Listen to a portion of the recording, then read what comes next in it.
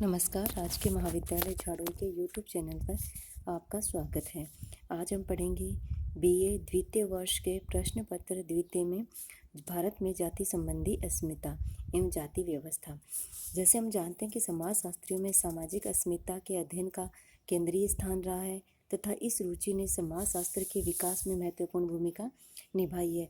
समाजशास्त्री आंद्रे वेतेई के अनुसार समकालीन भारत में सामाजिक समस्याओं में रुचि रखने वाले सभी विद्वानों की भी इसमें विशेष रुचि रही है, क्योंकि हम कठोर संस्करणात्मक समाज से एक समतावादी समाज की ओर बढ़ने का लक्ष्य प्राप्त करने के लिए कटिबद्ध हैं।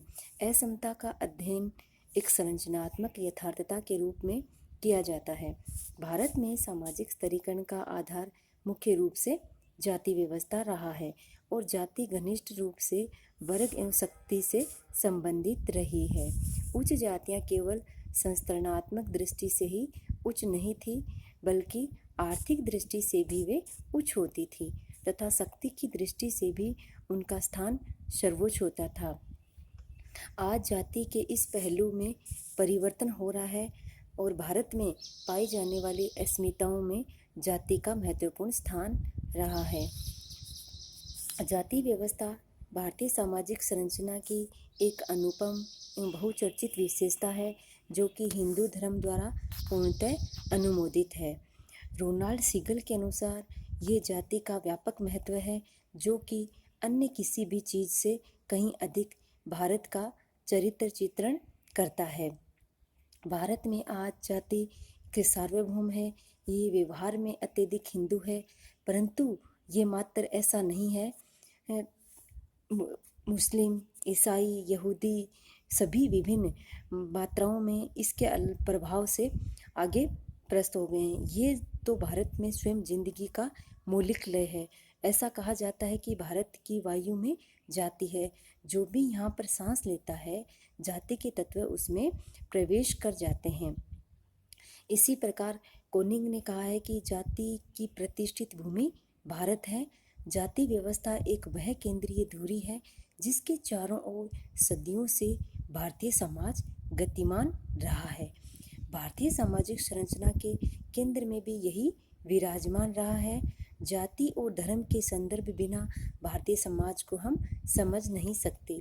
इसी प्रकार बोटोमर ने कहा है कि सामाजिक संस्करण की प्रणालियों में भारतीय जाति व्यवस्था अप्रतिम रही है।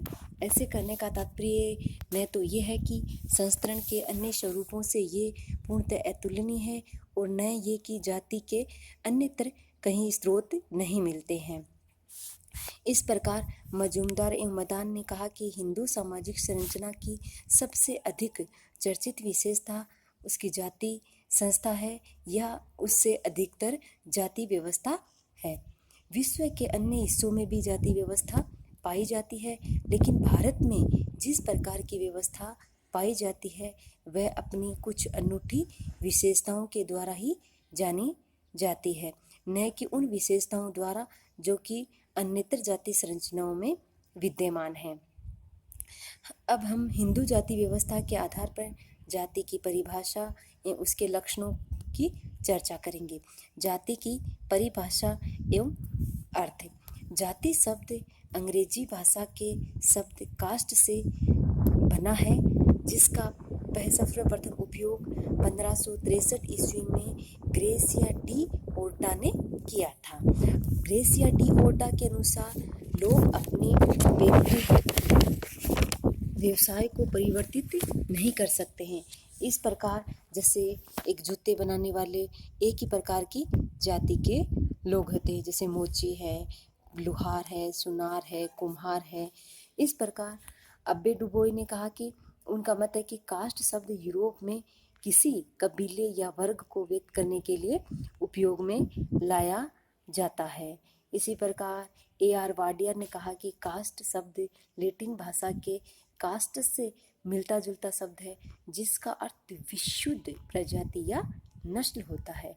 कुछ लोग इस शब्द की उत्पत्ति लैटिन भाषा के शब्द कास्टा से मानते हैं, जिसका अर्थ प्रजातीय तत्व, नस्ल या पैतृक गुणों से संपूर्ण है। हिंदी का जाति शब्द संस्कृत भाषा की जन धातु से बना है, जिसका अर्थ होता है उत्पन्न होना या उत्पन्न करना। इस दृष्टिकोण से जाति का अभिप्राय जन्म से समान गुणों वाली वस्तुओं से है, परंतु समाजशास्त्र में जाति का प्रयोग विभिन्न अर्थों में किया जाता है। प्रमुख विद्वानों के द्वारा दी गई जाति की परिभाषाएं। हर्बर्ट रिजले के अनुसार ये परिवार या कई परिवारों का संकलन है जिसको एक सामान्य नाम दिया गया है, जो किसी काल्पनिक पुरुष या देवता से अपनी उत्पत्ति मानते हैं तथा पैतृक व्यवसाय को स्वीकार करते हैं, और जो लोग विचार कर सकते हैं उन लोगों के लिए एक सजातीय समूह के रूप में स्पष्ट होता है। इसी प्रकार मैकाइवर पेज के अनुसार जब व्यक्ति की परिस्थिति पूर्णतः पूर्व निश्चित होती है, अर्थात जब व्यक्ति अपनी परिस्थिति में किसी भी तरह से परिवर्तन की आशा लेकर उत्पन्न नहीं होता है, तब वह वर्ग जाति के रूप में स्पष्ट होता है। इसी प्रकार मजूमदार एवं मदान के अनुसार जाति एक बंद वर्ग है जिससे व्यक्ति बाहर नहीं निकल सकता, जिसका सदस्य वह जन्म से होता है। इसी प्रकार दत्ता के अनुसार एक जाति के सदस्य जाति से बाहर विवाह नहीं कर सकते, अन्य जाति के लोगों के साथ भोजन करने और पानी पीने के संबंध में इसी प्रकार के परंतु कुछ कम कठोर नियंत्रण हैं। अनेक जातियों के कुछ निश्चित व्यवसाय हैं। जातियों में संस्थानात्मक श्रेणियां हैं जिनमें सर्वोपरि ब्राह्मणों की सर्वोच्च स्थिति है। मनुष्य की जाति का निर्णय जन्म से होता है।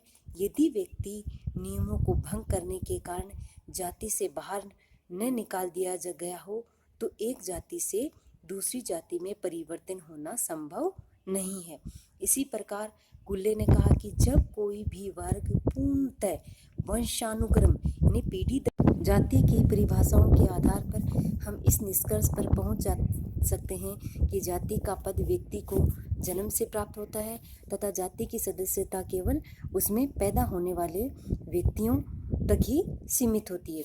एक बार जाति में जन्म लेने के बाद जाति में परिवर्तन नहीं किया जा सकता और जाति अंतर्विवाही होती है, अर्थात एक जाति के व्यक्ति को विवाह अपनी ही जाति में करना होता है और प्रत्येक जाति का अपना एक निश्चित व्यवसाय रहता है तथा उसमें भोजन तथा सामाजिक सहवास से संबंधित कई प्रकार के प्रतिबंध होते हैं।